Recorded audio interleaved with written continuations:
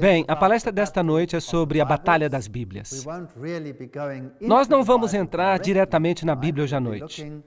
Nós vamos falar sobre a história desta batalha e amanhã à noite nós vamos abrir a própria Bíblia.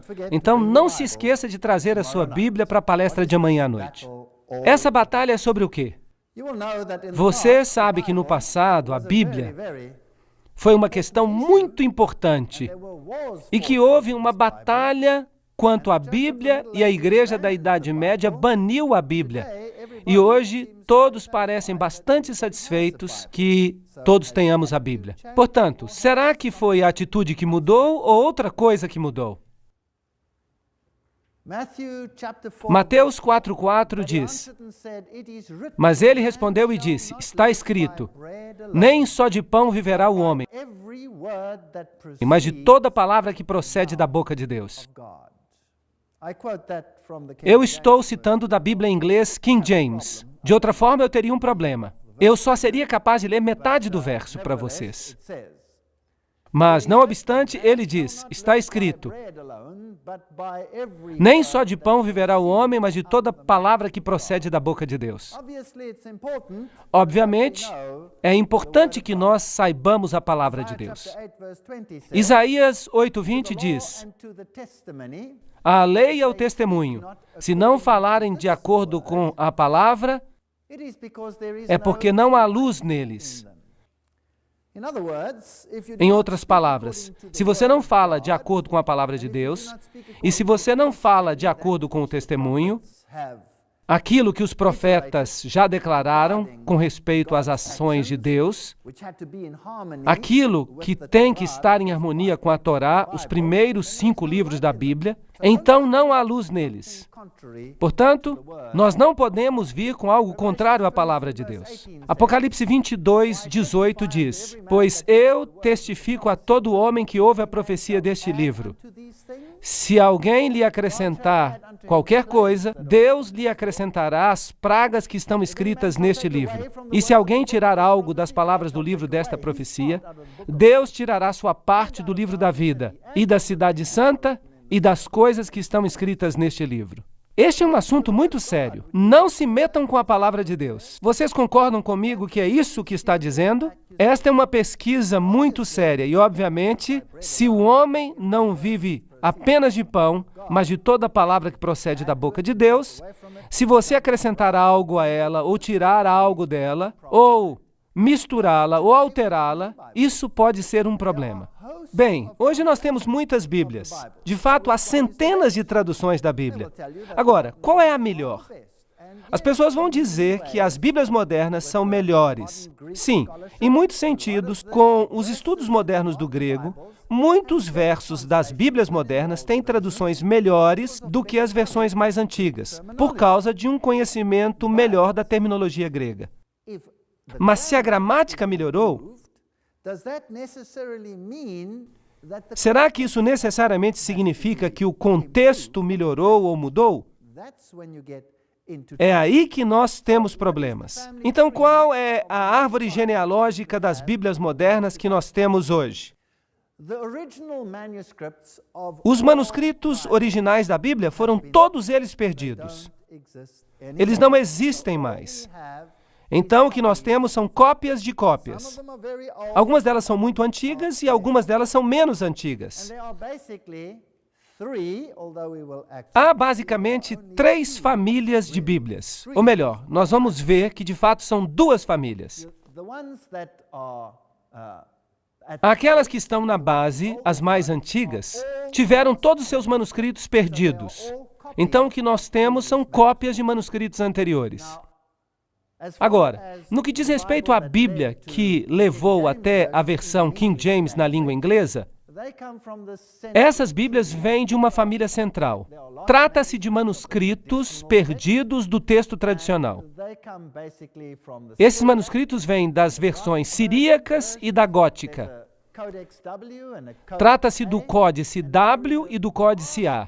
E então, há uma grande maioria de textos existentes que compõem os manuscritos do Novo Testamento, nós estamos falando de aproximadamente 1.900 manuscritos deste bloco central, dos quais, eventualmente, temos a versão King James e qualquer outra Bíblia, exceto a Bíblia Católica Romana e a Bíblia dos Jesuítas. Toda a Bíblia do mundo que foi escrita antes de 1914. Toda a Bíblia, sim, veio dessa tradição. Então, há duas outras tradições.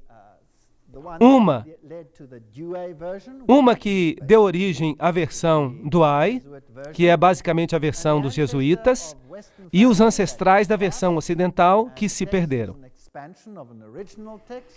Aí você tem a velha versão latina, você tem a versão da Vulgata Latina, que o Papa declarou ser infalível. Você tem o Códice D, o Códice D2, o Códice E2 e a versão Douay de 1582, que foi escrita para conter a reforma. Essa é uma outra família. E os manuscritos que pertencem a essa mesma família têm o mesmo texto e eles concordam com as palavras que aparecem ali. Então, há a terceira família, que tem como ancestral a família alexandrina. O original também se perdeu, é claro, como veremos.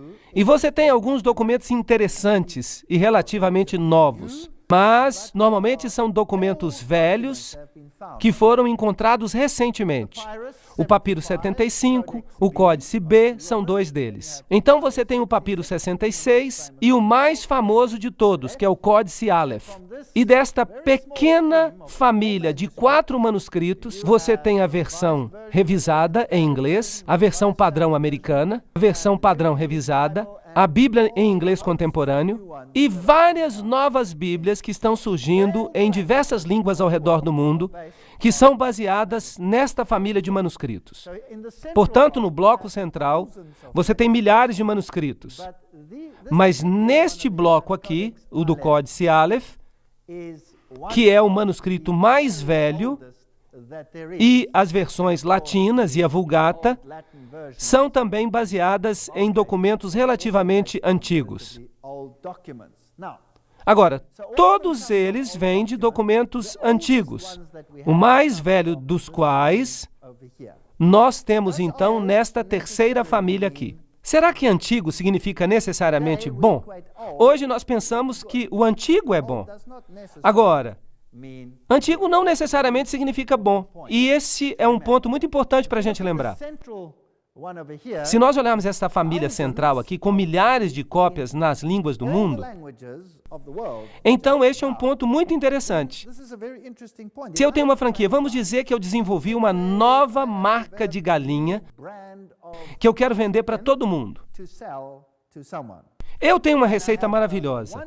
E agora eu vou fazer uma franquia com esta receita e eu vou vendê-la para todos os países do mundo. E eles vão seguir esta receita à letra. E eles vão vender galinha roxa com abóbora, ou o que quer que seja a minha franquia. Agora, todo mundo vai receber a receita original e diligentemente traduz essa receita, porque a Alemanha precisa dela na Alemanha, os portugueses precisam dela em Portugal, os espanhóis precisam dela na Espanha, etc, etc. Então, cada um diligentemente copia e agora há literalmente milhares de cópias em várias línguas daquela receita original que foi escrita e enviada. Com o passar dos anos, a receita original é copiada tantas vezes que ela eventualmente se rasga, mas todos fizeram as suas cópias. É isso que você tem. E então um dia alguém diz para si mesmo, sabe, essa é uma receita muito boa. Eu acho que eu vou mudá-la um pouquinho e eu vou roubar essa franquia para mim mesmo. Então ele altera a receita e diz, oi pessoal, eu tenho a receita original. Aí está então. Ele queima um pedacinho e faz com que ela se pareça velha. Não que isso tenha acontecido aqui, mas de qualquer forma, ele tem a receita original, entre aspas. E ele começa a franquia com a nova receita. Agora todo mundo diz, uau, qual agora é a receita original? Esta aqui ou aquela? Isso é muito problemático. Agora nós temos duas. Qual é a correta? Bem, o que você faria? Você diz, a original foi copiada e traduzida em tantas línguas diferentes. Vamos pegar a receita alemã e a receita espanhola e a receita a Armênia e a Sérvia, e vamos checar. E então todo mundo concorda que devemos fazer isso. Qual então é a receita original? Aquela que tem uma nuvem de testemunhas apoiando-a. Sim ou não? Ok. E isso você só se encontra na família central. Há uma nuvem de testemunhas na família central. Eu quero dizer que há cerca de 1.900 documentos em que todos concordam. Agora, os originais foram copiados tantas vezes que acabaram desaparecendo. Mas, vejam que isso é interessante. Nesta outra família aqui, há muitos versos que desapareceram. Simplesmente desapareceram. Então, nesta família aqui, há muitos versos que simplesmente desapareceram. Mas eles estão nesta família central aqui. Agora, nós não temos mais os manuscritos originais. Então, os seguidores desta família dizem, ahá, esses não são originais. E esses de cá são os documentos mais velhos. E esta família aqui diz, eles não são os originais. Mas se você tivesse cartas muito antigas dos pais da igreja, que obviamente não foram copiadas tantas vezes quanto a Bíblia foi, como um documento, então você tem cartas muito antigas dos mais velhos pais da igreja que escreviam cartas uns para os outros. Agora, se eu escrevo uma carta para minha esposa, por exemplo, eu estou num país, ela está em outro, eu escrevo para ela uma carta muito boa. E então eu estou dando alguns conselhos para ela e eu dou alguns versos bíblicos. Todo mundo faz isso, não faz? Bem, nós temos essas cartas antigas. E nós temos essas cartas citando versos que não aparecem nesta família aqui. Mas as cartas são mais velhas do que esses manuscritos. Então, qual seria o correto? O que você sugeriria? Obviamente que aqueles que estão nessa linha aqui, a central, porque eles estão citando versos que não mais existem naquelas. De fato, é assim mesmo. Será que nós temos essas três famílias? Bem,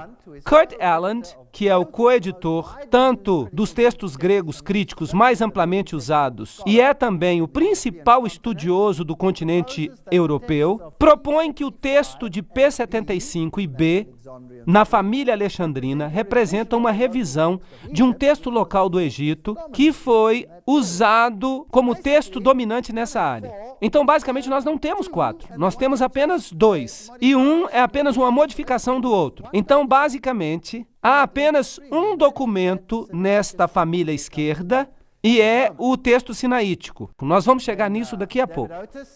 Então, David Oris diz, fundamentalmente, há apenas 2 famílias de Bíblia. A primeira família pertence ao texto recebido do hebraico e do grego, manuscritos preciosos que foram preservados em lugares como a igreja de Pela, na Palestina, de onde os cristãos fugiram quando, no ano 70 depois de Cristo, os romanos destruíram Jerusalém. Portanto, os manuscritos originais não estavam em Roma. Eles vieram da área cristã. Eles vieram de Jerusalém, eles vieram da Síria, onde os apóstolos pregavam. É desses lugares que os manuscritos originais vieram. E esse era o lugar lógico para eles estarem, porque esse é o lugar onde os apóstolos estavam. Certo? Da igreja síria de Antioquia, que produziu estudos muito importantes, da igreja itálica no norte da Itália, e também, por falar nisso, dos cristãos no norte da Itália, previamente, que receberam suas escrituras pela rota do Oriente Médio, e não de Roma. E houve um grande problema entre os ostrogodos e os romanos, porque eles tinham escrituras diferentes. Isso é muito interessante. Então, o norte da Itália tinha a mesma versão das regiões do Oriente Médio. Também, ao mesmo tempo, da igreja na Gália, no sul da França, e da igreja céltica, na Grã-Bretanha, antes dos valdenses, das igrejas da Reforma, todos esses tinham o mesmo tipo básico de manuscrito. Estes manuscritos estão de acordo um com o outro. São, de longe, a grande maioria das cópias do texto original. Por isso, são chamados de texto recebido, ou textus receptus. Essa maioria é tão esmagadora que até os inimigos do texto recebido admitem que 19 de cada 20 manuscritos gregos pertencem a esta classe. Quase todos os manuscritos pertencem a esta classe. E então, há uma segunda família, que é bem menor, e que é baseada nos manuscritos antigos. Não vamos duvidar disso. Eles representam a família grega, a família vaticana, ou Códice B, este aqui, que estava na Biblioteca de Roma e foi usado para combater a Reforma, porque ele diz coisas muito diferentes daquelas que os reformadores usavam. Então, na época da Reforma, o Códice B se tornou muito importante. E então nós temos o texto sinaítico, ou Códice Aleph, que foi encontrado na região do Egito. Eu vou mostrar para vocês o lugar mais tarde. E ele vem do texto alexandrino. E nós temos este aqui.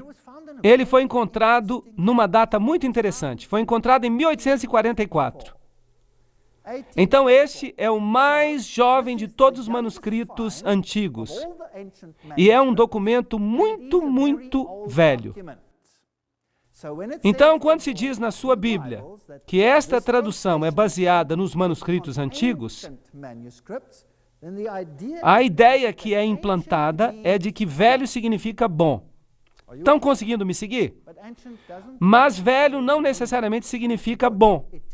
Significa só velho. Isso é tudo o que significa. Em latim, há a Vulgata, a Bíblia Latina de Jerônimo, de 383 depois de Cristo. Isso é bem antigo. Mas há alguns problemas com aquela Bíblia, e nós veremos isso. Em inglês, há a Bíblia dos Jesuítas de 1582, que foi escrita na língua vulgar para combater a Bíblia da Reforma. O texto da Vulgata aparece também com algumas alterações na Bíblia de Douay, ou na Bíblia Católica, que é a chamada Good News Bible. E muitas outras Bíblias modernas são baseadas nela hoje em dia. Bem, aqui está a controvérsia, e cada declaração que eu faço é uma citação, para que ninguém diga que eu estou fazendo fofoca. Eu não digo nada, só leio. A presente controvérsia entre a Bíblia King James em inglês e as versões modernas é o mesmo velho debate travado entre seitas rivais da igreja primitiva. Então a igreja primitiva teve essa batalha, porque esses manuscritos antigos são diferentes.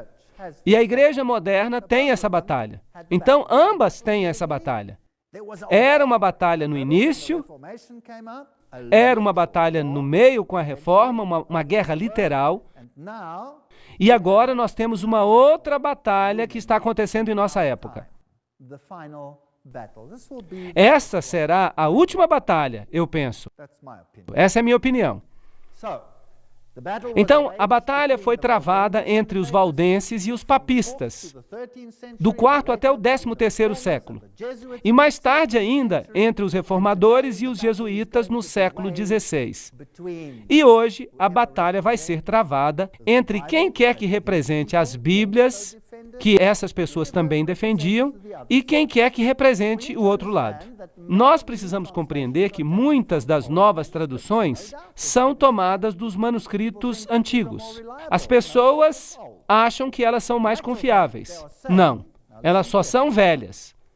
Em realidade, eles estão dizendo, prestem atenção, que o manuscrito que foi encontrado numa cesta de lixo numa caverna no Monte Sinai e manuscritos questionáveis de Alexandria, onde se praticava o ocultismo, são mais confiáveis do que o texto recebido. É isso que estão dizendo. Então, esses manuscritos questionáveis seriam mais confiáveis? De fato, aquele encontrado no Monte Sinai foi jogado fora porque tinham copiado sobre ele, tinham feito o manuscrito de rascunho.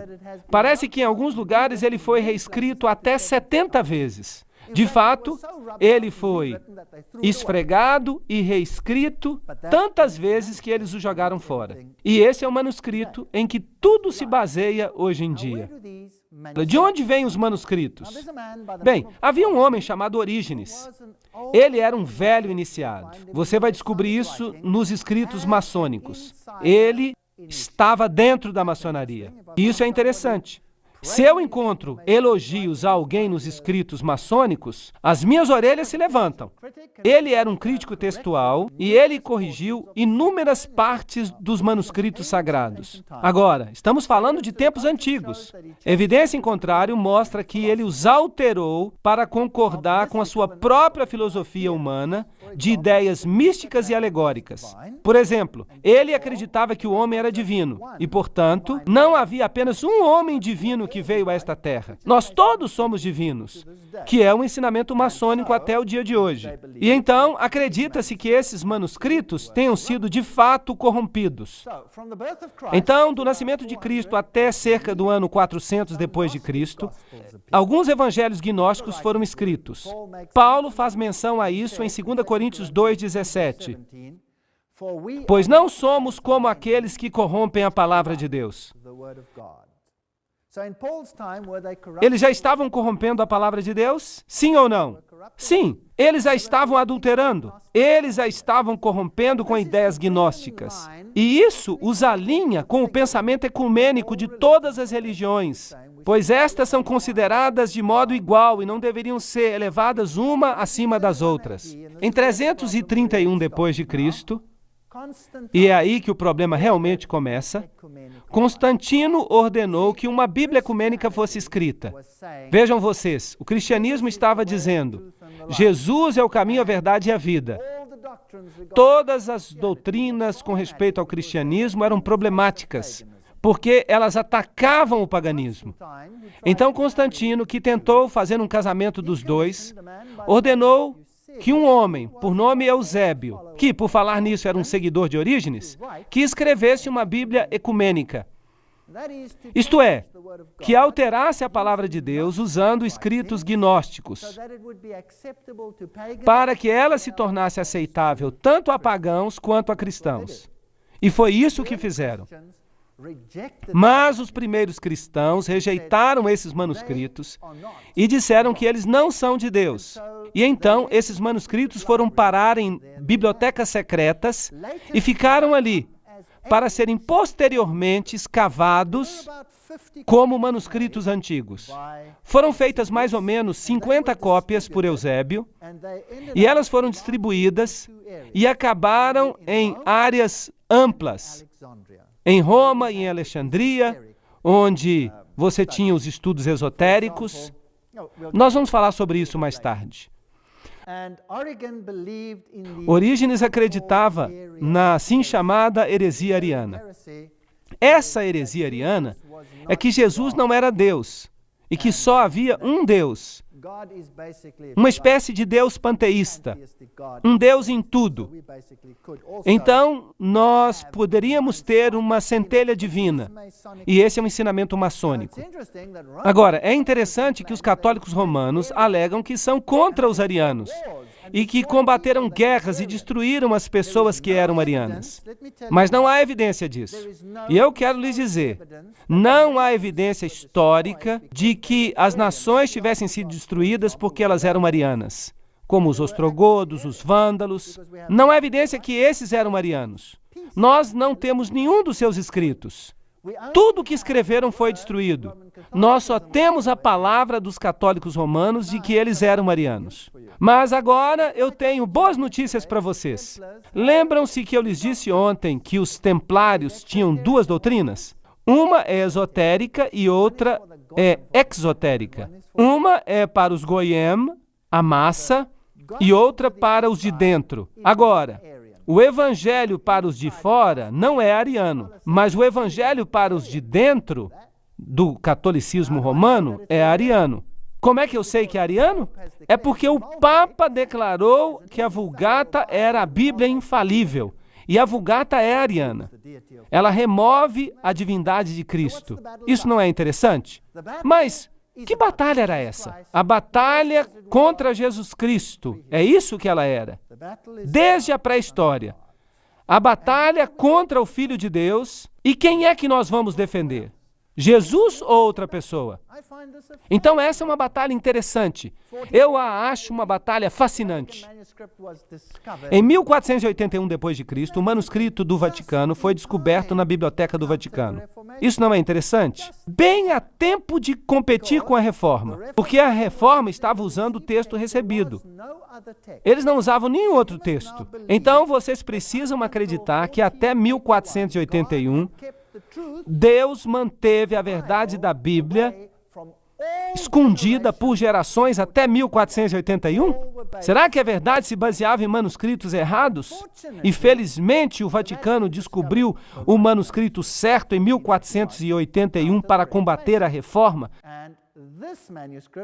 E esse manuscrito repetidamente coloca de lado a divindade de Cristo e é ariano?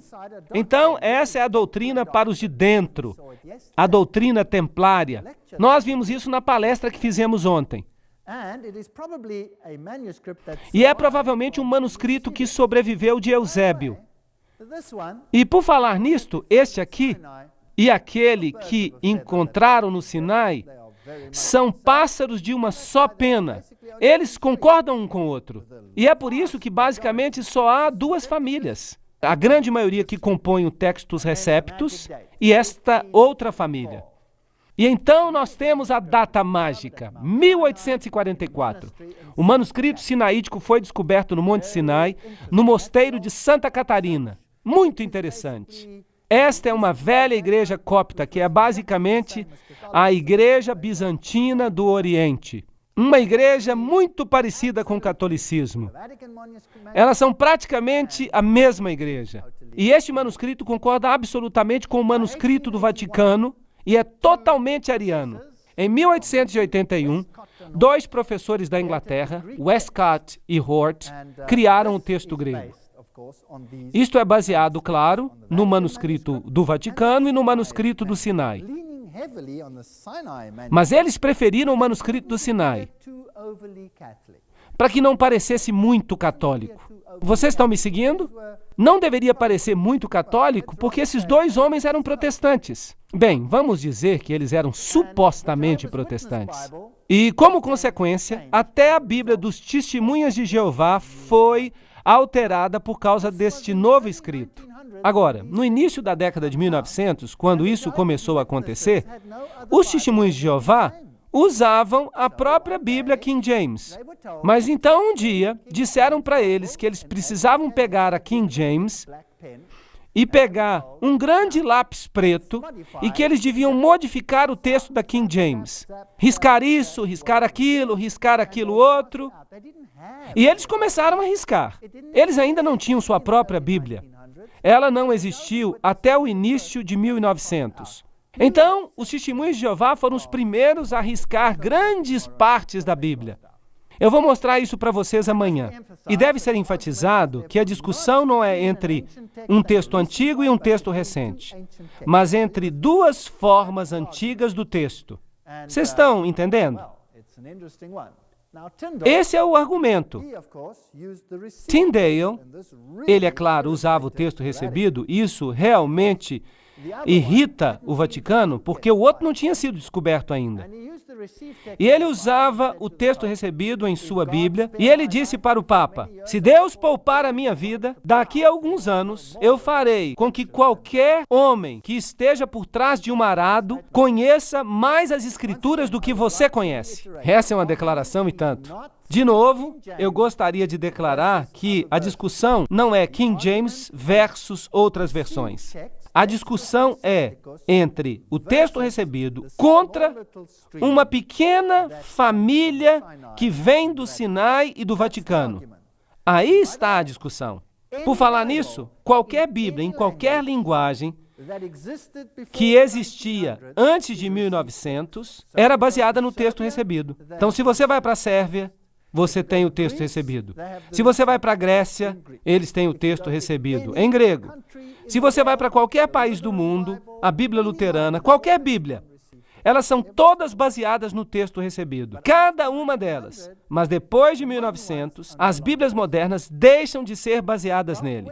Bem, quando essa Bíblia saiu, os jesuítas foram chamados para ajudar. Eles tiveram uma crise, porque agora estava evidente que os ensinos de Roma não estavam de acordo com a Bíblia. Então eles fizeram esta declaração. Notem o que os jesuítas escreveram. Nós vamos solapar a Bíblia dos protestantes e destruir os seus ensinamentos. A rainha da Inglaterra, percebendo o dano da Bíblia jesuítica, enviou Beza à Europa, e ele estava com João Calvino, para ajudar Thomas Cartwright. Com uma mão ele pegou todos os manuscritos gregos e com a outra mão ele pegou todos os manuscritos latinos do texto recebido. E ele começou a atacar a Bíblia dos jesuítas, golpe após golpe.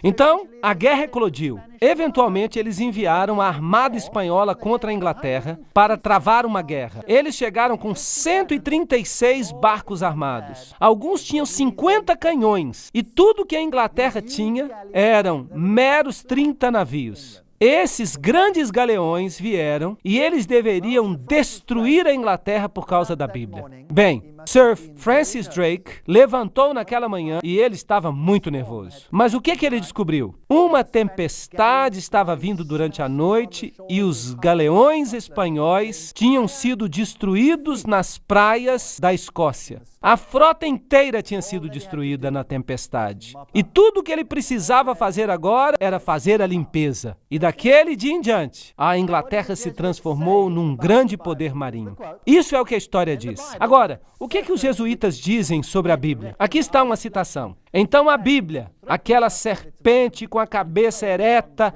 e os olhos chamejantes, nos ameaça com seu veneno enquanto ela se arrasta no chão. Ela se transformará numa vara tão logo nós a toquemos. Por 3 séculos, esta víbora cruel não nos tem dado repouso, porque nós não conseguimos entender como ela serpenteia e como ela usa suas presas. Eles odeiam a Bíblia. O catecismo jesuíta? Vejam essa citação, vejam o que ele diz. Pergunta: e se a Bíblia nos ordenar uma coisa e o Papa nos ordenar algo contrário a ela? Resposta: as Escrituras Sagradas devem ser colocadas de lado. O que é o Papa? Ele é o vigário de Cristo, Rei dos Reis, Senhor dos Senhores, e só há um trono de julgamento que pertence a Deus e ao Papa. Essa é uma declaração e tanto. Bem, o que a maçonaria diz? É sempre bom ter documentos para a gente comparar. Em Morais e Dogma, a fonte escrita por Pike, na página 818, diz o seguinte com respeito à Bíblia: o absurdo da leitura da igreja estabelecida, que toma literalmente a linguagem figurativa, alegórica e mítica de uma coleção de livros orientais de épocas diferentes. Puxa vida, estão falando bem mal da Bíblia. A tolice de se considerar os livros hebraicos como se eles tivessem sido escritos pelo rei Tiago, uma pessoa sem imaginação e sem intelecto prático, e com a ajuda dos preconceituosos presbiterianos da Escócia. Puxa vida! Pike não gostava mesmo daquela tradução. Ele a odiava. Mas o que ele dizia sobre a versão dos Templários, a Bíblia jesuíta? A melhor forma de dividir e ganhar partidários é que os Templários se simpatizem com todos aqueles que tiveram as suas doutrinas rejeitadas. Eles se simpatizavam com o paganismo. E que encoraje as esperanças dos novos cultos, prometendo a todos liberdade de consciência e uma nova ortodoxia, que será a síntese de todos os credos perseguidos. Vejam vocês, a maçonaria detesta o texto recebido. Ela mantém na sua loja a Bíblia apenas como símbolo. Isso é muito inteligente. É mesmo diabólico, não é? Mas não desanimem. Voltando ao tempo da igreja primitiva, nós encontramos as versões cópticas, as versões latinas, as versões sírias, e elas circularam muito antes do Códice Vaticano aparecer. Então, apareceram 2 professores de Cambridge que nem sequer acreditavam na inspiração verbal das Escrituras, Westcott e Hort, e eles vão mudar tudo. Por falar nisso, a Bíblia de Jerônimo, que é aquela usada pelo Vaticano, a Bíblia Vulgata, como é que Elvídio poderia ter acusado Jerônimo de empregar manuscritos gregos corruptos? Se Elvídio não tivesse manuscritos gregos perfeitos. Então, enquanto Jerônimo estava escrevendo a Bíblia Latina, outros eruditos já estavam dizendo: ei, você está usando manuscritos corruptos para escrevê-la. Então, essa batalha é uma batalha antiga. Então, essas versões revisadas se baseiam em manuscritos do Egito, que eram definitivamente corruptos. É isso que a maioria dos críticos dizem. Um dos maiores críticos de todos os tempos é Dean Burgon. E quando este grande homem morreu, então a corrupção tomou conta. Ele era um bastião. Burgon escreve que tão logo a obra dos evangelistas e apóstolos reconheceu a necessidade de complementar as antigas escrituras de Deus, eles fizeram o Novo Testamento. E então ele diz que o Novo Testamento foi tão bem recebido quanto o próprio Jesus Cristo. Eles crucificaram a Jesus Cristo. Por que então eles não crucificariam a sua palavra também? Isso é basicamente o que ele diz. Malícia incansável e constantes ataques à palavra de Deus, desde o começo. E o que ele fala sobre esses manuscritos que foram encontrados? Ele diz, nós opomos fatos à sua especulação. Eles exaltam o códice B e o códice Aleph e o códice D8, porque, em sua opinião, essas cópias são as melhores. Eles tecem teias engenhosas e inventam teorias sutis, porque seu paradoxo, de poucos contra muitos, requer engenhosidade e sutileza para apoiá-lo. Ele era um ótimo escritor. Ele destruiu essas pessoas. Nós não temos que ler tudo. Você pode parar o vídeo e dar uma olhada no resto dos textos para você dar uma boa olhada no que Burgon tem a dizer. Eu estou desinclinado a crer, continua Dean Burgon, porque me parece tão grosseiramente improvável que ao final de 1800 anos, 995 cópias de cada 1000, suponhamos, seja pouco confiável e que 1, 2, 3, 4 ou 5 que permanecem, cujos conteúdos eram praticamente desconhecidos até ontem, possam conter o segredo do que o Espírito Santo originalmente inspirou.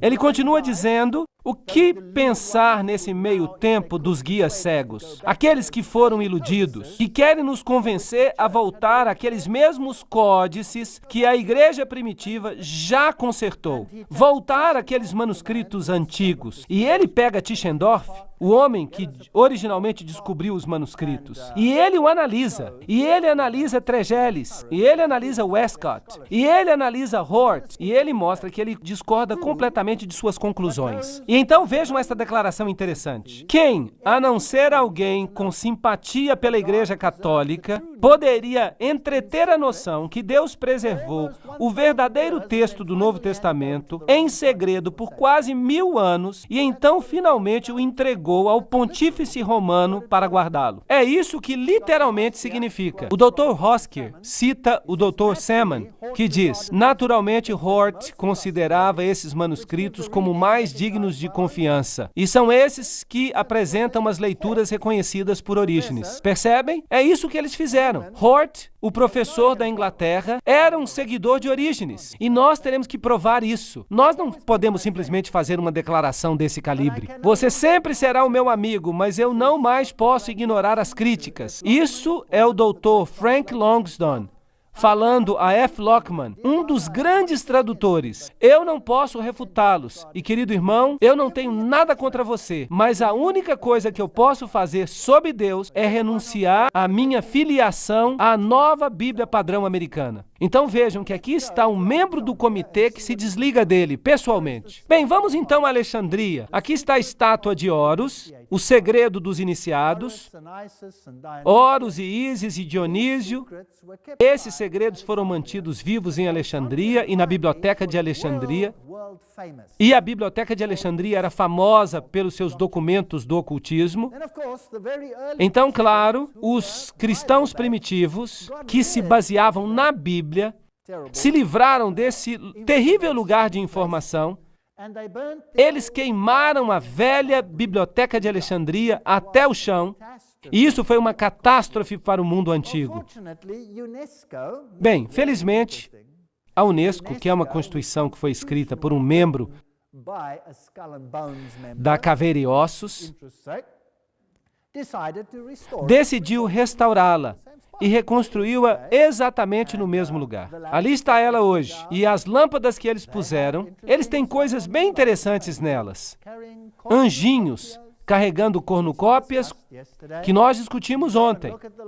Se você vai e olha a biblioteca, ela é enorme e tem todas as inscrições pagãs da biblioteca original nela. Ela foi feita de acordo com o modelo. Todos os petroglíficos pagãos e todos os símbolos antigos de adoração do sol estão nelas. E esse é Demétrio, o fundador da Biblioteca de Alexandria. Nela, eles ainda têm alguns dos manuscritos antigos que conseguiram escapar. Aqui você tem um papiro com os signos do zodíaco, algo que a Bíblia proíbe. Aqui você tem um pedaço do livro dos mortos, que é o livro egípcio dos mortos, que é uma contrafação do que a Bíblia ensina. Ele exalta o Deus dos mortos e a Bíblia exalta o Deus dos vivos.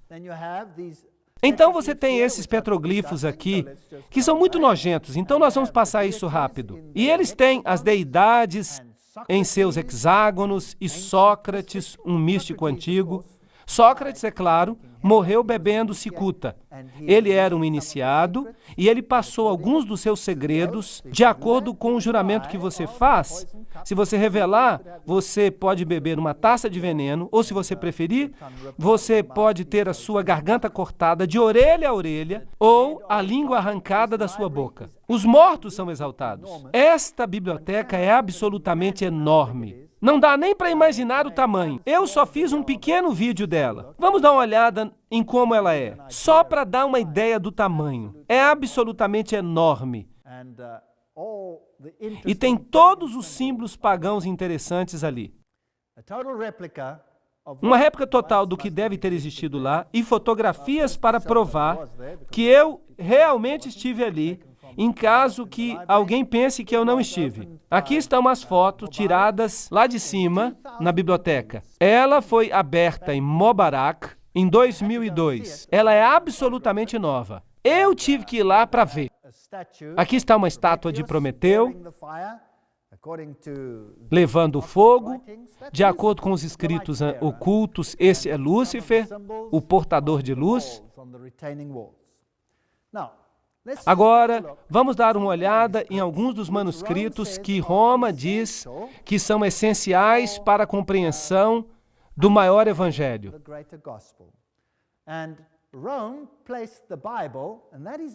Roma colocou a Bíblia, e isso é só o Textus Receptus, para falar a verdade, no índice de livros proibidos. Eles não colocaram a sua Vulgata no índice de livros proibidos. É a Bíblia protestante que eles colocaram lá. Então, a igreja primitiva em Antioquia, como eu já disse, usava os manuscritos sírios.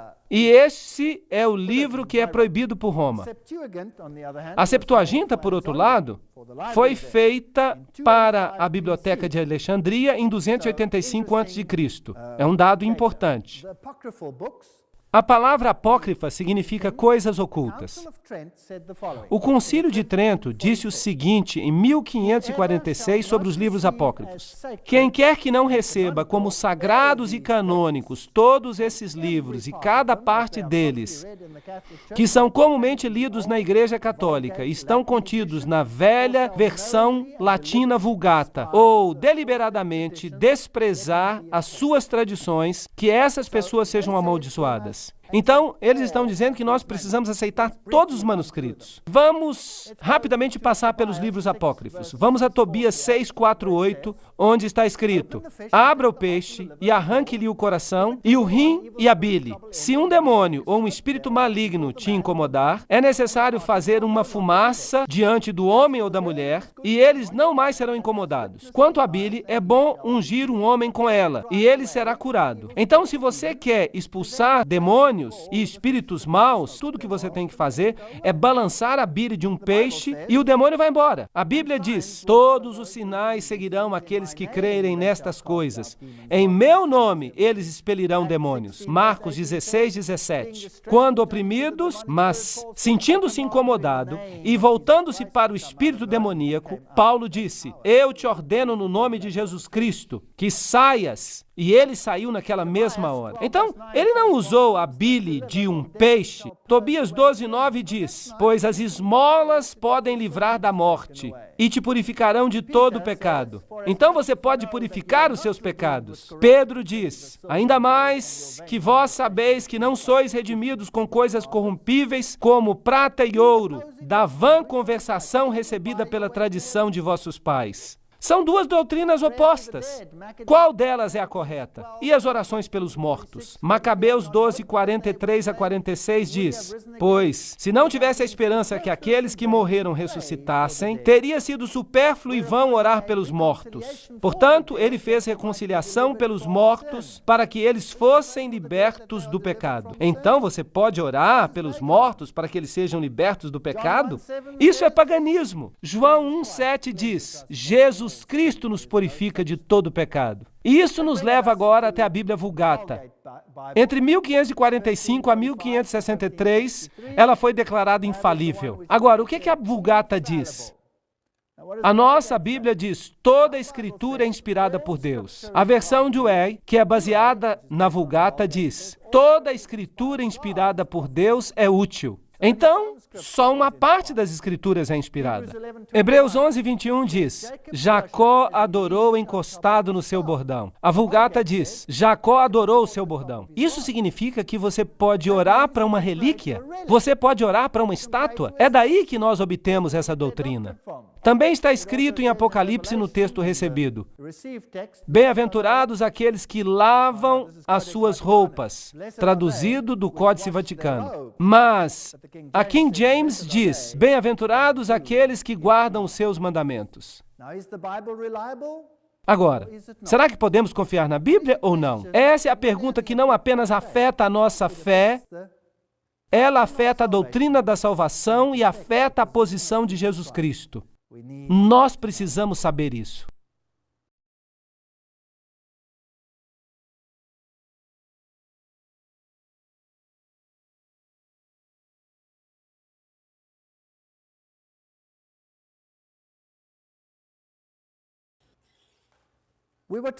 Nós estávamos falando acerca da Bíblia e de onde ela veio, de onde os vários manuscritos vieram. E devemos agora descobrir se nós podemos confiar na Bíblia ou não.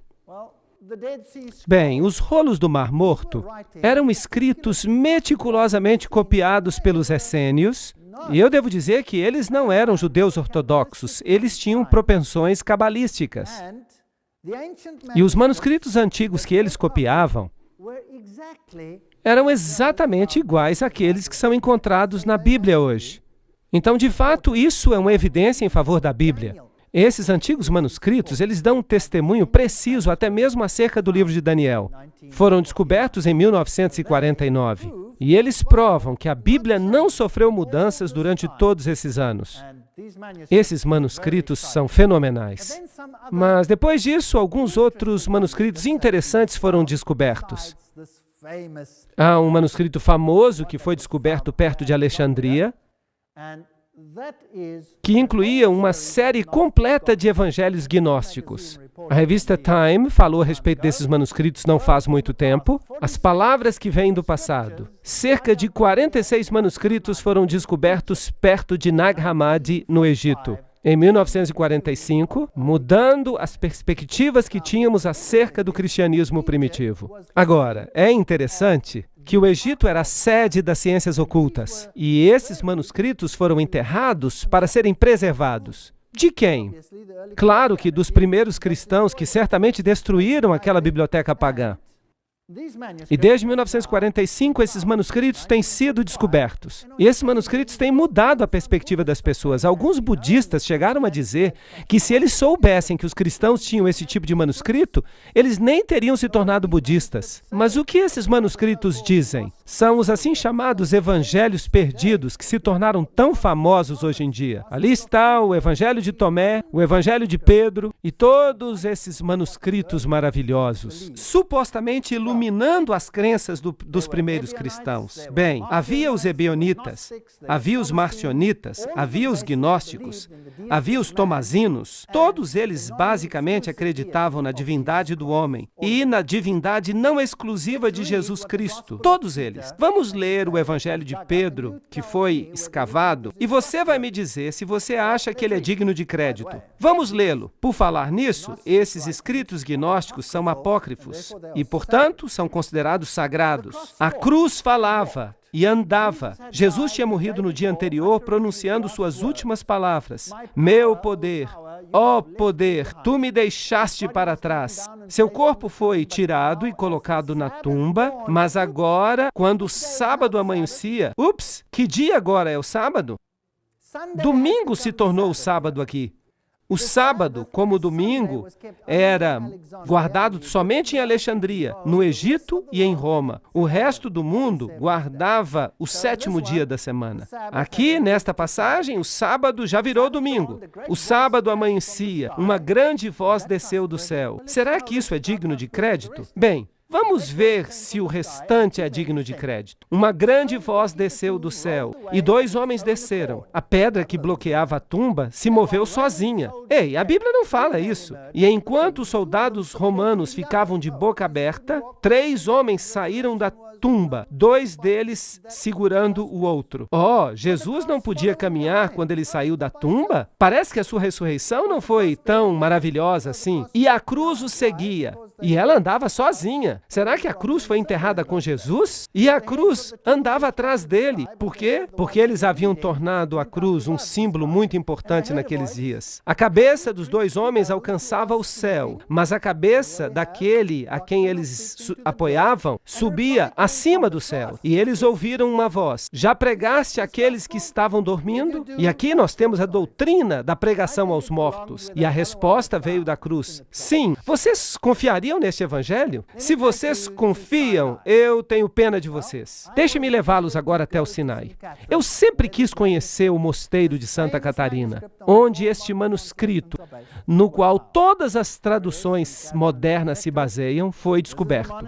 Este é o mosteiro de Santa Catarina, o famoso mosteiro. Aqui estão os crânios dos monges que estavam ativos ali. Você pode orar para esses crânios e você então recebe uma bênção. Aparentemente, eles lhes darão uma resposta. Eu não vi nenhuma possibilidade de que eles me respondessem, porque eles não tinham fôlego neles. Mas ainda assim, se você quiser, você pode orar. E aqui está o Sinai, assim diz a tradição. E nesta igreja, você encontra os símbolos do sol e da lua e todos os símbolos pagãos. A famosa Biblioteca do Sinai, onde esse manuscrito foi achado, e que tem todos esses antigos códices escritos à mão, esses famosos manuscritos, e o famoso Códice Sinaítico, que foi encontrado por Tischendorf em 1844. Aí está ele, e ele foi entregue aos eruditos católicos em 1844 e da Universidade de Leipzig. Essa é uma data interessante, e esse é o Códice Sinaítico. E percebam que há vários manuscritos antigos que estão depositados neste lugar. Há umas histórias interessantes sobre este mosteiro. O tratamento benevolente que os árabes deram ao mosteiro. Eles tomaram essa península no século VII. E aqui está o símbolo de Maomé e a proteção que ele dá direito, os privilégios que o profeta Maomé dá direito. Ele é o fundador do Islã e ele concedeu aos monges do mosteiro do Monte Sinai essa mesma proteção. Então, Maomé protegeu esse mosteiro. Mas quem mais o protegeu? Bem, aqui está um outro documento interessante. Napoleão Bonaparte, que era um maçom de grau 33, por falar nisso. Se é que havia uma coisa dessas naqueles dias. E seu irmão era um grão-mestre na Espanha. E ele era um alto maçom. Aqueles graus que nem sequer ainda existiam. Ele também protegeu esse mosteiro. Pessoas importantes protegeram esse mosteiro. Aqui estão os 4 evangelhos no Códice Sinaítico. Ali está o meu amigo, nós estamos entrando no mosteiro, aqui estão algumas pinturas do mosteiro, e aqui está essa sarça fascinante. E todas as pessoas estão alinhadas aqui para orar. Esta é a famosa sarça, intacta. Essa sarça supostamente sobreviveu por milhares de anos. E ela nunca foi sequer regada. Nem regaram a sarça. De fato, esta é uma das sarças mais famosas da história do mundo. Esta é a famosa sarça ardente da qual Moisés se aproximou. Assim dizem eles. Quando eles nos disseram que ela nunca tinha sido regada, eu perguntei para que servia aquele cano ali. Mas eles insistiram que aquele cano não funcionava. Bem, eles disseram que não havia água no cano, mas aquela era uma sarça cheia de espinhos, então eu fiquei imaginando se não havia outro cano ali por perto. Ainda assim, você pode orar para a sarça, e ela vai dar uma bênção a você. Eu não quis orar para ela. Então eu pensei, quem sabe se eu tocar a sarça, ela pode me ajudar de uma forma. Mas eu toquei a sarça e não senti mudança alguma. Vejam que esse é o tipo de paganismo que está sendo ensinado aqui. Ali estão os dois diáconos sentados do lado de fora. Onde quer que a assim chamada contra-reforma, começada pelos jesuítas, dominou o povo, a língua vernacular foi suprimida e a Bíblia foi mantida longe dos leigos. Os jesuítas estavam tão ansiosos para destruir a autoridade da Bíblia, que eles chamavam de o Papa de papel dos protestantes, que eles não temeram sequer criticar a sua genuinidade e o seu valor histórico. Os jesuítas fizeram guerra contra a Bíblia protestante. Mas antes que o povo inglês seguisse o que estava acontecendo no continente e começasse a questionar a sua grande Bíblia inglesa, foi necessário que eles alterassem sua forma de pensar. Muita coisa tinha que ser feita para desacreditar a seus olhos a reforma, sua história, doutrina, seus documentos, que eles ainda consideravam uma grande obra de Deus. E foi isso exatamente o que eles fizeram. Eles tentaram destruir a sua forma de pensar. Agora, aqui está uma declaração muito interessante. Nós vamos ver quem foi que a fez em um momento. A despeito de toda a perseguição que os jesuítas enfrentaram, e aqui nós temos um católico romano falando, eles não abandonaram a Inglaterra, onde há um número maior de jesuítas do que na Itália. Há jesuítas em todas as classes sociais, no parlamento, entre o clero inglês, entre os leigos protestantes, mesmo em locais ocultos. Bem, eu não consegui entender como é que um jesuíta podia ser um sacerdote protestante, ou como um sacerdote protestante poderia ser um jesuíta, mas o meu confessor me silenciou, dizendo-me, omnia munda mundis, falando que São Paulo se tornou um judeu para que ele pudesse salvar os judeus. E por isso nós não deveríamos admirar que um jesuíta pudesse se passar por protestante, em prol da conversão dos protestantes. Mas preste atenção, eu lhe suplico, para descobrir a verdadeira natureza do movimento religioso na Inglaterra chamado de puseísmo. O clero inglês, antigamente, estava extremamente preso aos artigos da fé, para que viessem a abandoná-los. As pessoas podiam usar em vão todas as máquinas colocadas em movimento por Bossuet e pelos jansenitas da França. E vocês sabem, esses eram aqueles que estiveram por trás da Revolução Francesa, os jesuítas, para reuni-los de volta à Igreja Romana. E assim os jesuítas da Inglaterra tentaram outro plano.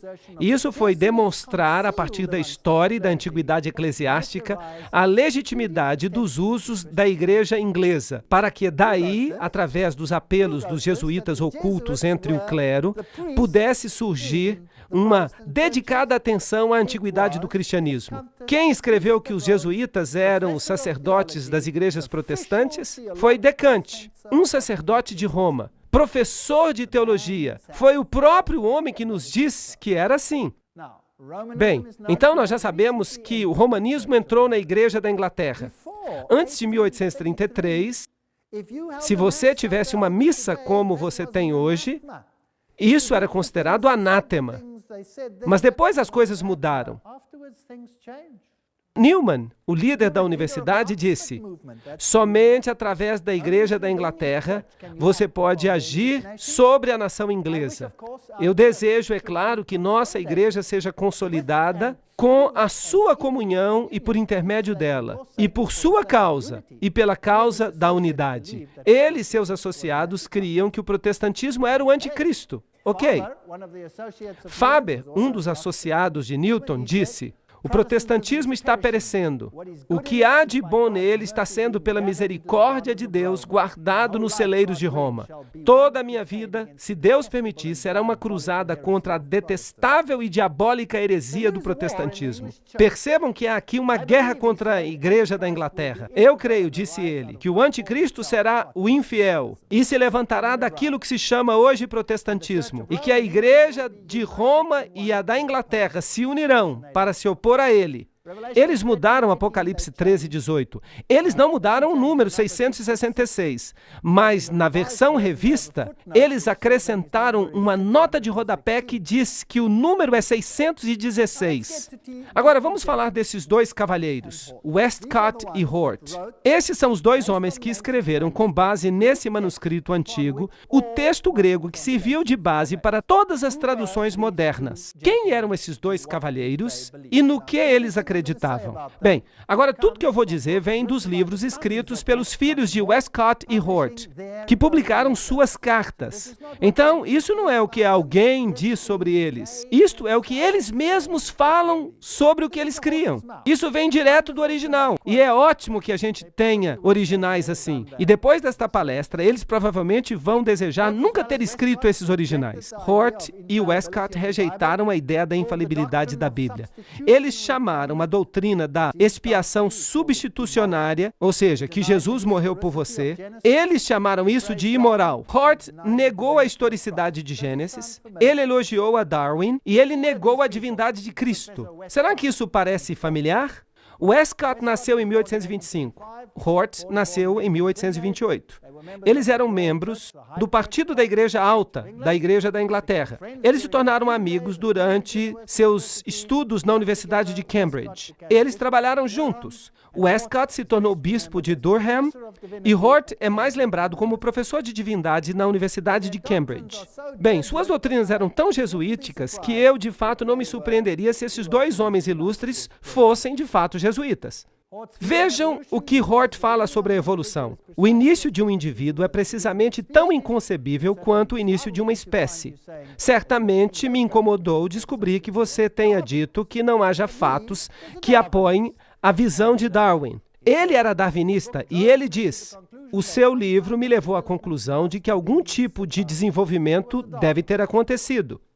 E na carta de Hort para Macmillan, ele escreve: uma última coisa sobre Darwin. Eu não vou abandonar esse assunto depressa, porque esse assunto, para ser mais exato, não deixa que eu o abandone. E ele continua dizendo que ele era darwinista. Aqui está uma outra carta de Hort para Westcott. Você já leu Darwin? Como eu gostaria de falar com você a respeito dele. E outra carta para Ellerton. Mas o livro que mais me atraiu é o de Darwin. Nós não temos que ler toda a citação. Você pode lê-la sozinho. Ele diz que os argumentos de Darwin são irrefutáveis, impossíveis de responder.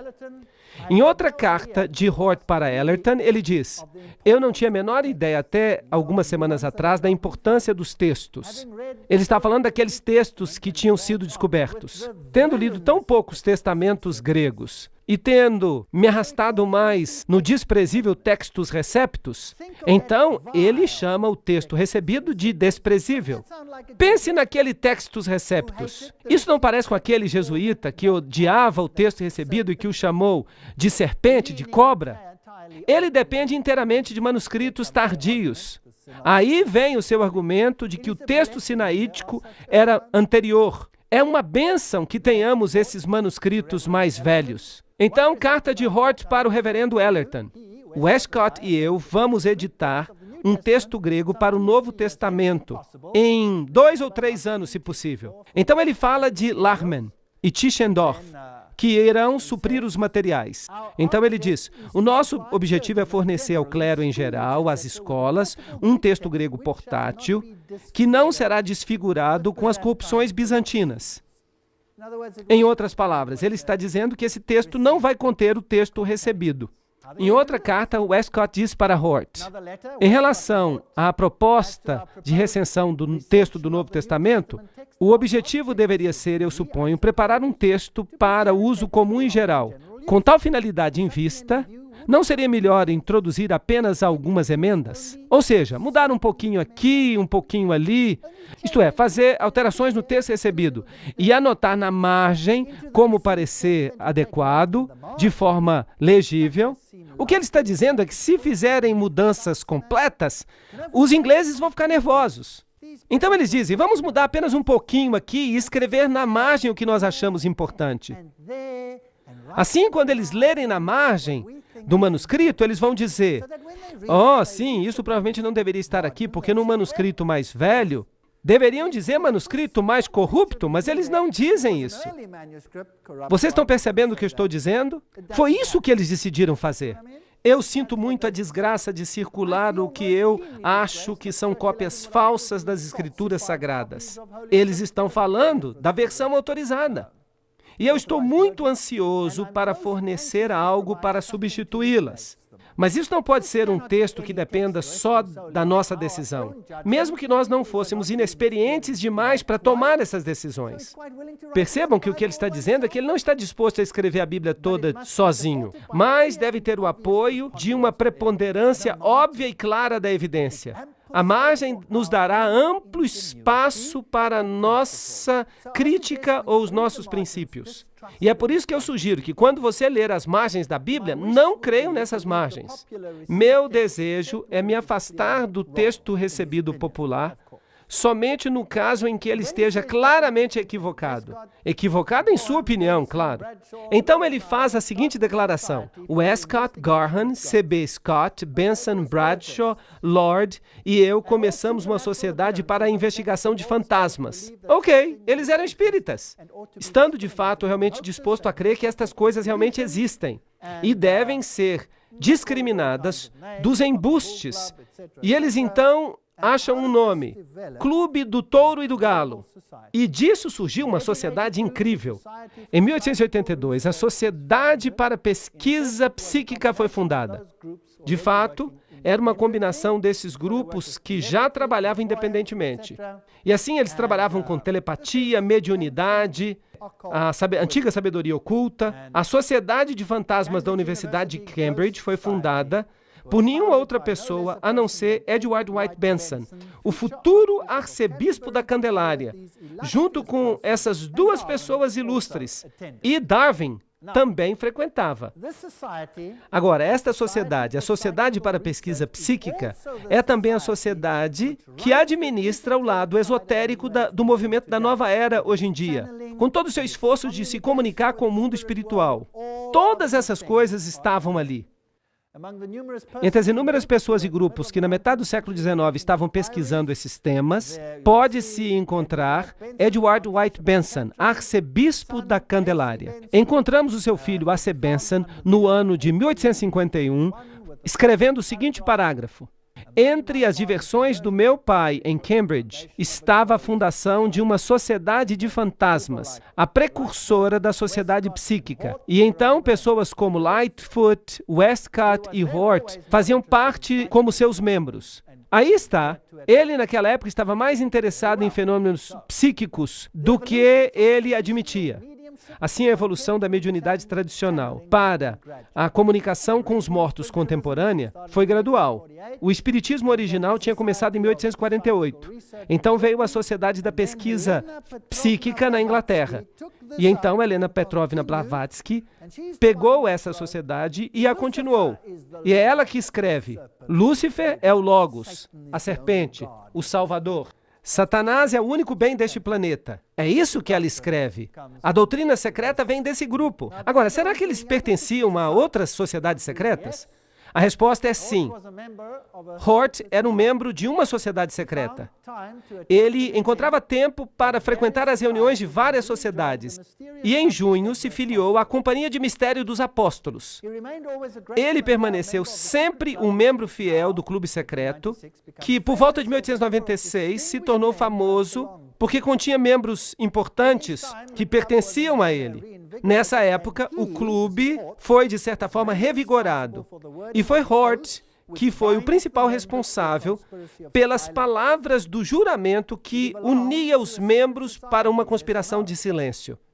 Então, ele pertencia a uma sociedade secreta? Sim ou não? Sim, que os compelia ao silêncio. Será que isso parece maçônico para você? Sim ou não?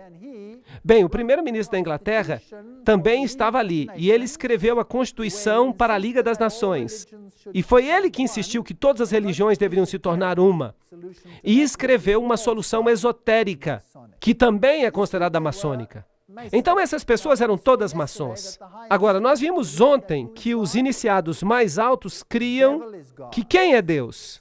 Que o diabo é Deus, que Satanás é Deus, que Lúcifer é Deus. Então, o Sr. Hort, você vai reescrever a Bíblia crendo que Lúcifer é o filho de Deus? Será que então ele não faria de Jesus menos do que ele é? Será que eles não iam querer reescrever a Bíblia para tirar Jesus da Constituição? Sim ou não? Será que nós não estamos testemunhando isso hoje em dia? Estamos ou não estamos? Essa é a questão. Eu não vou responder isso hoje à noite. Nós veremos amanhã. Tragam suas Bíblias. Vamos voltar a 1854. Numa carta de Hort para o reverendo John Ellerton. Eu acho uma pena que Maurice verbalmente tenha rejeitado o purgatório. Mas eu plenamente concordo com ele nos 3 pontos cardeais da discussão. Que a eternidade é independente da duração, que o poder do arrependimento não é limitado a esta vida. Vocês podem crer nisso? Ele acreditava no purgatório. E que você pode se arrepender do outro lado da vida. E que não é revelado se, no final das contas, todos irão ou não se arrepender. A moderna negação do segundo tem, a meu ver, mais que ver com a desespiritualização da teologia do que com qualquer outra coisa. Bem, ele acreditava na doutrina católica do purgatório.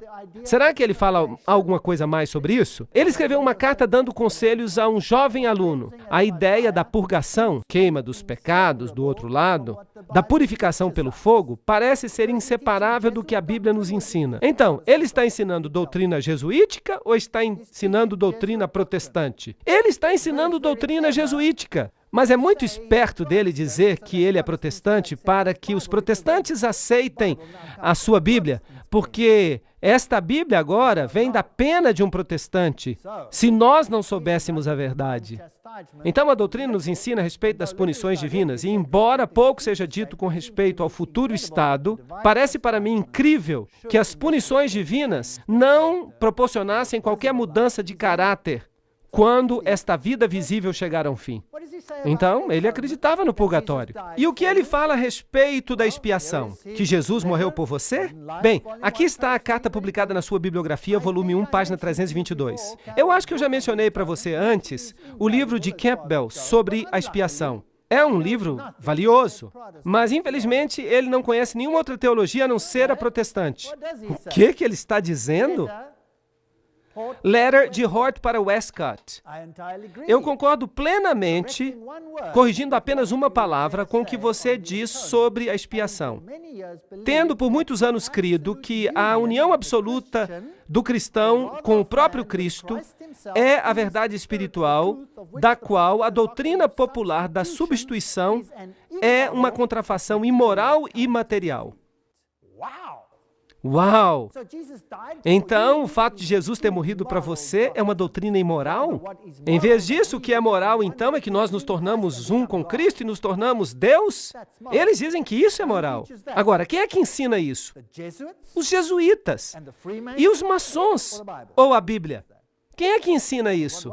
Então, quem era este homem? Ele pertencia a uma sociedade secreta, tinha um clube psíquico. Não apenas isso, ele detestava o texto recebido, ele cospe na expiação. É isso que faz um cavaleiro templário, cuspir na cruz. Outra carta, certamente nada pode ser menos escriturístico do que a limitação moderna de Cristo suportar os nossos pecados e sofrimentos na sua morte. Mas, de fato, isso é apenas um aspecto de uma heresia quase universal. Ok, essas são pessoas que criaram o documento no qual as Bíblias modernas se baseiam. Vocês acham que eles merecem crédito? Eu não acho. Aqui está outra carta, de Hort para o reverendo Davis. Nenhum ser racional duvida da necessidade de uma revisão da Bíblia. E as objeções práticas do povo são inúteis. Contudo, eu sou favorável a uma postergação. Ele estava tendo problemas porque os ingleses ainda conheciam as suas Bíblias. Claro, nenhuma revisão pode ser final. Seria absurdo esperar a perfeição. Mas a crítica dos 2 testamentos no texto e na interpretação parece a mim estar agora num estado caótico, na Alemanha e muito mais ainda na Inglaterra. E que os resultados de uma revisão imediata seriam peculiarmente insatisfatórios. Então, os ingleses conheciam as suas Bíblias, este era o problema. Eles tinham que ser cuidadosos, eles tinham que ser sorrateiros, e era isso que eles iam fazer. E ele diz, bem, vamos ler primeiro o que está escrito aqui. É claro que é verdadeiro que nós só podemos conhecer a Deus através de formas humanas. Mas então eu acho que toda a Bíblia ecoa a linguagem de Gênesis 1:27, e portanto nos garante que as formas humanas são também formas divinas. Peguei você, Sr. Hort. O que você está dizendo? Você está dizendo que nós somos deuses. E quem é que ensina isso? Satanás é que ensina isso. Agora, escutem mais esta. 1 João 5:7, na Bíblia do Rei Tiago. Pois há três que dão testemunho no céu, o Pai, a Palavra e o Espírito Santo. E esses três são um. Vocês podem procurar em vão nas suas Bíblias modernas por este verso. Você não vai encontrá-lo na Nova Versão Internacional. Você não vai encontrá-lo na versão revista. Ele foi removido para que eles possam ser Deus. Carta de Hort para Westcott. Já faz muitos anos que eu estou persuadido de que a adoração a Maria e a Jesus tem muita coisa em comum nas suas causas e em seus resultados. Talvez toda a questão resida na ideia verdadeira de mediação, que foi quase universalmente corrompida em uma ou duas direções opostas. Então quem pode ser os seus mediadores? Maria pode. Essa doutrina é bíblica ou católica? E o outro homem? Westcott escreve, eu tenho tentado me lembrar das minhas impressões de La Salette. Isso é interessante. Nós vamos estar falando sobre La Salette, que é um templo de adoração de Maria. Eu queria perceber que verdade esquecida testemunhava a mariolatria. E agora nós podemos dizer que é justamente a questão dos ensinos dos milagres. Bem, Sr. Westcott, então você quer exaltar a mariolatria e diminuir a Jesus? Carta de Westcott para o reverendo Benson. Tanto quanto eu possa julgar, a ideia de La Salette era a de Deus se revelar a si mesmo. Não em uma forma, mas em muitas. Percebem? Ecumenismo. Coisa fascinante. Carta de Hort para o reverendo Rowland. Eu temo ainda diferenças mais sérias entre nós na questão da autoridade, especialmente da autoridade da Bíblia. Se esta objeção primária fosse removida, eu acho que as nossas diferenças passariam a ser apenas uma diferença de grau. Blá, blá, blá, blá, blá. Ele quer se livrar da ideia de que a Bíblia é inspirada.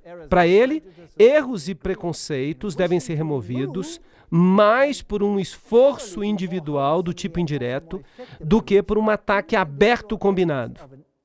Ele está dizendo, vamos trabalhar por trás dos bastidores. Vamos ser sorrateiros e quietos. Vamos evitar uma crise prematura. Essas pessoas são espertas.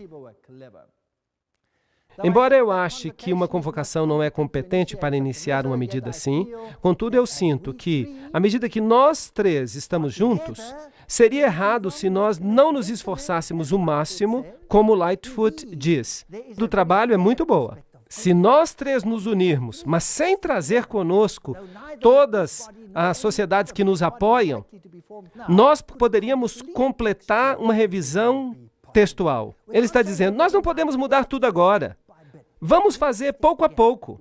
Nós precisamos ficar juntos, nós três. Há uma esperança de que as leituras alternativas possam encontrar um lugar na margem. Então é assim, essas observações aparecem nas margens e quando você vai de uma versão para outra, elas somem, desaparecem. E assim é que a Bíblia muda. Você sabe que se você pegar a sua Bíblia e a abrir no meio do livro de Atos, se você pegar uma Bíblia na Nova Versão Internacional e você for para o meio do livro de Atos, e então você parar e contar todas as palavras até o fim de Apocalipse, aí você tem o total de palavras que já foram omitidas nas Bíblias modernas. Ou seja, do meio de Atos até o fim de Apocalipse.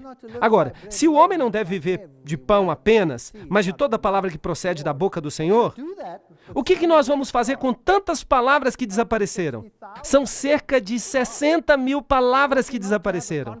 Nós não deveríamos ter uma conferência antes da primeira reunião para revisão? Há muitos pontos nos quais é importante que nós concordemos. As regras, embora liberais, são vagas. E a sua interpretação dependerá de ação decisiva a princípio. É quase impossível decidir o valor daquilo que parece ser uma alteração trivial. Agora, prestem atenção nisso em relação à palestra de amanhã. É quase impossível julgar o valor daquilo que parece ser uma alteração trivial. Resumindo, mude o texto de modo que as pessoas nem sequer notem a mudança. Há alterações triviais, simplesmente lendo-as uma depois da outra, que, tomadas todas juntas, teriam consequências importantes, mas que poucas pessoas pensariam a princípio. Vocês entenderam o que eu estou dizendo? O que eles estão dizendo aqui é, nós vamos mudar a Bíblia um pouquinho aqui, um pouquinho ali. E se nós pegarmos todas essas alterações juntas, nós vamos ter uma doutrina completamente diferente, e essa massa estúpida não vai nem notar. É isso que eles estão dizendo. Bem, nós vamos estudar isso amanhã. Eu vou mostrar a vocês essas mudanças triviais, e vocês vão ficar chocados com o que eles fizeram com Jesus Cristo, nosso Senhor. Lembrem-se, eles estão falando de mudanças triviais.